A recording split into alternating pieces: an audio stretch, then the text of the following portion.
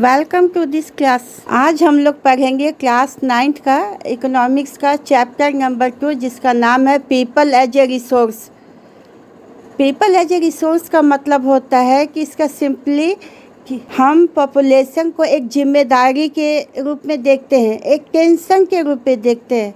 लेकिन जब हम जनसंख्या को एक संपत्ति के रूप में देखने की कोशिश करेंगे तो हमारा व्यू क्या होता है, वो चेंज हो जाता है।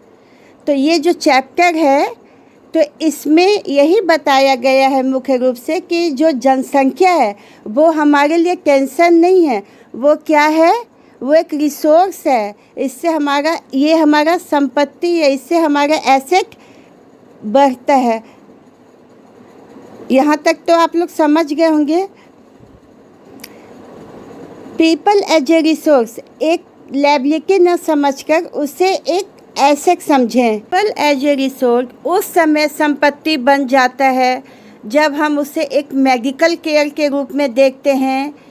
तो जब हम ह्यूमन कैपिटल के एजुकेशन में, उसके हेल्थ में अगर हम इन्वेस्टमेंट करते हैं तो ये हमारा क्या होता है कि एसेट हो जाता है। अगर हम एजुकेशन के रूप में इन्वेस्टमेंट नहीं करते हैं तो क्या होगा, हमें कुछ भी नहीं मिलेगा।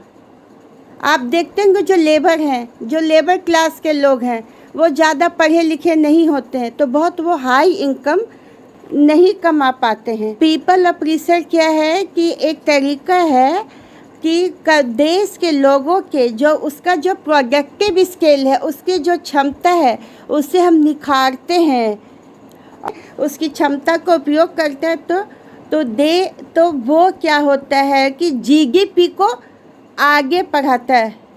तो जीडीपी क्या है?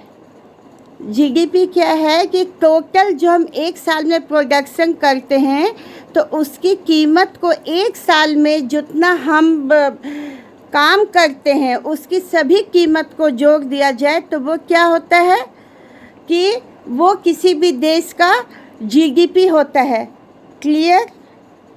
आगे देखिए कि इसमें क्या है कि जब हम पॉपुलेशन पर बात करते हैं तो हम क्या करते हैं, हम हमेशा उसके निगेटिव साइड पर बात करते हैं कि बाप रे इतना जनसंख्या, उसको इतना को शिक्षित करना, इतना को खाना खिलाना, इतना का वर्क पूरा करना। हम हमेशा उसके निगेटिव साइड ही देखते हैं, कभी भी उसके प्रोडक्टिव पावर को नहीं देखते। कभी भी उसके प्रोडक्टिव पावर को हम क्रिएटिव वे में यूज नहीं करते हैं, जिसके चलते हमारा क्या होता है कि हमारा जो पॉपुलेशन हमेशा टेंशन का कारण बनता है।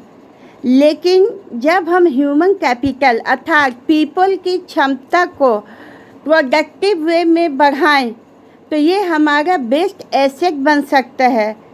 आइए आगे देखते हैं कि जब हम किसी फिजिकल कैपिटल को, जब हम मानव क्षमता को हम एजुकेशन, ट्रेनिंग, मेडिकल केयर और उसके बाद उसके में हम अपना फिजिकल कैपिटल अर्थात हमको रुपया लगाते हैं, तब हमको क्या होता है कि बाद में जा कर के हमको उसका रिटर्निंग बहुत अधिक मिलता है। जब हम लोगों को, आप इसे एक सिंपल वे में समझिए कि जो व्यक्ति ज़्यादा एजुकेटेड है, जिसकी शिक्षा बहुत अधिक हुई है, आप में से कोई बहुत अधिक, आप में क्लास में इतने लोग हैं, उसमें से कोई पढ़ने में बहुत अच्छा है, बट नेचुरल आगे भी वो अच्छा ही करेगा। तो जब वो अच्छा करेगा तो उसे नौकरी भी अच्छी ही मिलेगी, और जब नौकरी अच्छी मिलेगी तो उसका हाई इनकम होगा, उसका लिविंग स्टैंडर्ड हाई होगा, उसका जो हेल्थ है वो भी अच्छा होगा, क्योंकि वो कोई भी बीमारी में डॉक्टर के पास आराम से जा सकता है, वो अपना इलाज करा सकता है। तो जब हम एजुकेशन में इन्वेस्ट करते हैं तो वो आफ्टर ईयर्स वो हमारा क्या हो जाता है, वो हमको रिटर्न मिलता है। उम्मीद है यहाँ तक आपको कोई प्रॉब्लम नहीं आई होगी। अब आगे देखते हैं कि मान लीजिए कि हम कुछ एक तबके के लोगों को ही शिक्षित करते हैं, उन्हें एजुकेट करते हैं, तो उनका ही सिर्फ स्वास्थ्य अच्छा नहीं होता है, बल्कि इनडायरेक्ट वे में उन लोगों को भी लाभ पहुंचता है जो बहुत अधिक एजुकेट नहीं है या जिनका स्वास्थ्य बहुत अच्छा साउंड नहीं है।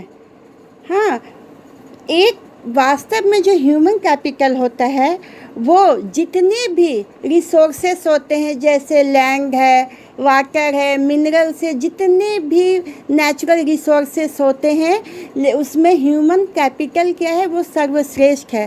तो ह्यूमन कैपिटल, इसके पहले भी मैंने आपको समझाया था कि ह्यूमन कैपिटल का अर्थ होता है स्किल्ड पीपल, कि जिसमें कुछ क्षमता है कुछ करने की। तो ये लैंड से और मनी से भी ज़्यादा क्या होता है, प्रभावशाली होता है।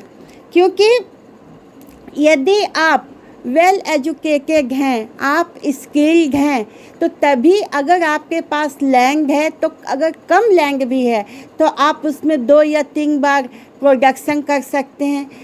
आप अपने नॉलेज के द्वारा उसको और मल्टीपल तरीके से अपनी पूंजी को बढ़ा सकते हैं। लेकिन आप यदि अशिक्षित हैं, एजुकेट नहीं हैं, तो इससे क्या होगा, इससे क्या होगा कि भूमि की भी जो उर्वरा शक्ति है, यदि आप एजुकेट नहीं हैं तो उसका भी लाभ आप बहुत अधिक नहीं ले पाएंगे। क्योंकि मानव संसाधन, ह्यूमन कैपिटल, भूमि और पूंजी का सही तरीके से उपयोग कर सकता है। भूमि और पूंजी क्या है, वो अपने आप में उपयोगी नहीं है। तो बहुत सालों से जो हमारा इंडियन पॉपुलेशन है उसको एक टेंशन के रूप में देखा जाता है, एक लायबिलिटी के रूप में देखा जाता है कि इतने लोगों का पेट भरना है, इतने लोगों को खिलाना है, इतने लोगों को स्वास्थ्य सुविधाएं प्रदान करनी है। लेकिन ये बहुत ज़रूरी नहीं है कि जो जनसंख्या है वो किसी भी देश के लिए एक दायित्व हो। आज आप जापान, मलेशिया, दक्षिण कोरिया, बहुत सारे ऐसे देश हैं जहां आप देख लीजिए जहां बहुत अधिक लैंड नहीं है। जापान के बारे में तो जानते हैं कि हमेशा मतलब कि वहां ज्वालामुखी पर ही वो मतलब बैठा हुआ है जो द्वीप है, लेकिन वो बहुत ज़्यादा रिच और स्किल्ड है। क्यों स्किल्ड है? क्योंकि वो इसलिए स्किल्ड है क्योंकि उसने क्या किया, उसने एजुकेशन और हेल्थ में बहुत मनी इन्वेस्ट किया, लोगों को बहुत सारे सुविधाएं प्रोवाइड की, बहुत सारी सुविधाएं प्रदान की। इसने एजुकेशन और हेल्थ में इन्वेस्टमेंट के बल पर अपनी हाई टेक्नोलॉजी विकसित की और आज दुनिया के विकसित देशों में खड़ा है। इसके पास अपना कोई नेचुरल रिसोर्सेस बहुत अधिक मात्रा में नहीं है। तो अब आप समझ गए होंगे कि ह्यूमन कैपिटल कितना इम्पॉर्टेंट है, वो लायबिलिटीज को कम करता है। आइए आगे आप अपनी किताब को देखिए, उसमें पढ़ें। आपके किताब में शकल और विलास नामक 2 बच्चे की कहानी है। इसमें दोनों एक ही गांव में रहते हैं। शकल की आयु 12 वर्ष है और उसकी माँ क्या है, हाउसवाइफ है। उसके पिता क्या हैं कि वह खेत में काम करते हैं। शकल भी अपनी माँ को घर के काम काज में मदद करता है। उसके जो चाचा रहते हैं वो मैट्रिक की परीक्षा पास करते हैं पर उनको कोई नौकरी नहीं मिलती है, वो भी खेत में ही काम करते हैं। लेकिन जो शकल के ये पेरेंट्स हैं, जो माता पिता हैं, वो चाहते हैं कि उनका बेटा खूब पढ़े लिखे। इसके लिए वो गांव के स्कूल में नाम लिखा देते हैं। जब वो वहां पढ़ना शुरू करता है, वह मैट्रिक पास कर लेता है, तब उसके पिता उसे पढ़ाई आगे जारी रखने के लिए बाहर भेज देते हैं। और वहाँ क्या करते हैं कि बाहर वो शकल के प्रोफेशनल कोर्स में एडमिशन दिला देते हैं। इसके लिए वे कंप्यूटर कोर्स में उसे एडमिशन दिलाने के लिए उनको कर्ज भी लेना पड़ता है, वो कर्ज भी लेते हैं। शकल भी क्या करते हैं कि अपने पिता के दर्द को समझता है। वो पढ़ने में अच्छा था तो वो बहुत ही लगन से और उत्साह से अपना कोर्स पूरा करता है। कोर्स पूरा करने के पश्चात क्या होता है कि उसे नौकरी मिल जाती है। उसे नौकरी मिल जाती है और उसके बाद है कि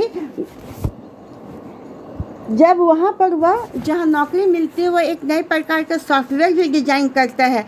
तो सॉफ्टवेयर डिज़ाइन करने से क्या होता है कि फर्म को, जो उसका फर्म रहता है, उसको अपनी बिक्री को बढ़ाने में सहायता मिलती है। और तब उसके काम से प्रसन्न होकर जो उसके बॉस होते हैं वो क्या करते हैं, वो क्या करते हैं कि उसका प्रमोशन कर देते हैं। वहीं दूसरी तरफ बिलास क्या करता है कि वो बहुत ज़्यादा पढ़ा लिखा नहीं रहता है। बिलास के जो पिता रहते हैं वो एक मछुआरा रहते हैं। जब वो बहुत छोटा रहता है तभी उसके पिता की मृत्यु हो जाती है। उसकी माँ क्या है, मछली बेचकर अपने परिवार का पेट पालती है। हाँ, और इस मछली से उसको एक दिन में केवल 20 और 30 रुपये ही कमा पाती है। मतलब वो क्या है कि पूरी तरह अनस्किल्ड है, वो स्किल्ड नहीं है, उसके पास वो ह्यूमन कैपिटल में नहीं आएगी। तो जैसे जब बिलास बड़ा होता है तो वो भी क्या होता है कि बहुत अधिक काम नहीं कर पाता, क्योंकि उसका जो हेल्थ है बहुत अच्छा नहीं है, उसमें लो न्यूट्रिशन है। मतलब उसको गरीब है उसकी माँ, तो बहुत अच्छा खाना पीना उसको नहीं दे पाती है, तो उसका बहुत अधिक डेवलपमेंट भी नहीं हुआ है। उससे आर्थराइटिस की प्रॉब्लम हो जाती है। उसका ग्रोथ है, उसका जो फिजिकल ग्रोथ है वो भी बहुत लो होता है। तब इसके चलते वो स्कूल भी नहीं जा पाता है। तो पढ़ाई में भी उसका कोई इंटरेस्ट नहीं रहता है। वह खाना पकाने में अपनी माँ की मदद करता है, अपने छोटे भाई की देखभाल करता है। कुछ दिन के बाद, चूँकि उसकी माँ भी बहुत अच्छे, मतलब हाइजीन तो रहती नहीं है, बहुत अच्छा हेल्थ उसकी माँ का भी नहीं रहता है, क्योंकि घर में पैसे ही नहीं रहते हैं। तब क्या है कि जब माँ बीमार पड़ जाती है और कोई देखभाल करने वाला नहीं होता, कोई सहायता करने वाला नहीं होता है, तब वो क्या करता है कि बिलास भी गांव में माँ की तरह ही मछली बेचने का काम करता है। तो यहाँ भी उसे क्या होता है कि चूँकि वो अनस्किल्ड है तो उसे बहुत लो इनकम होता है। और जब बहुत लो इनकम होता है तब वह कुछ ज़्यादा काम भी नहीं कर पाता है। और शकल का क्या है कि चूँकि वो बहुत अच्छा एजुकेशन है तो उसको क्या है कि क्वालिटी ऑफ लेबर रिस्पॉन्स भी मिलता है। हाँ, तो इस तरह से हम इस चैप्टर में क्या समझते हैं, यहाँ तक जहाँ तक मैंने आपको पढ़ाया कि एक एजुकेशन है वो फ्यूचर में क्या कर सकता है, हाई रेट ऑफ रिटर्न आपको दे सकता है। तो आप अभी तक मैंने जितना पढ़ाया उससे आप ध्यान से पढ़ें।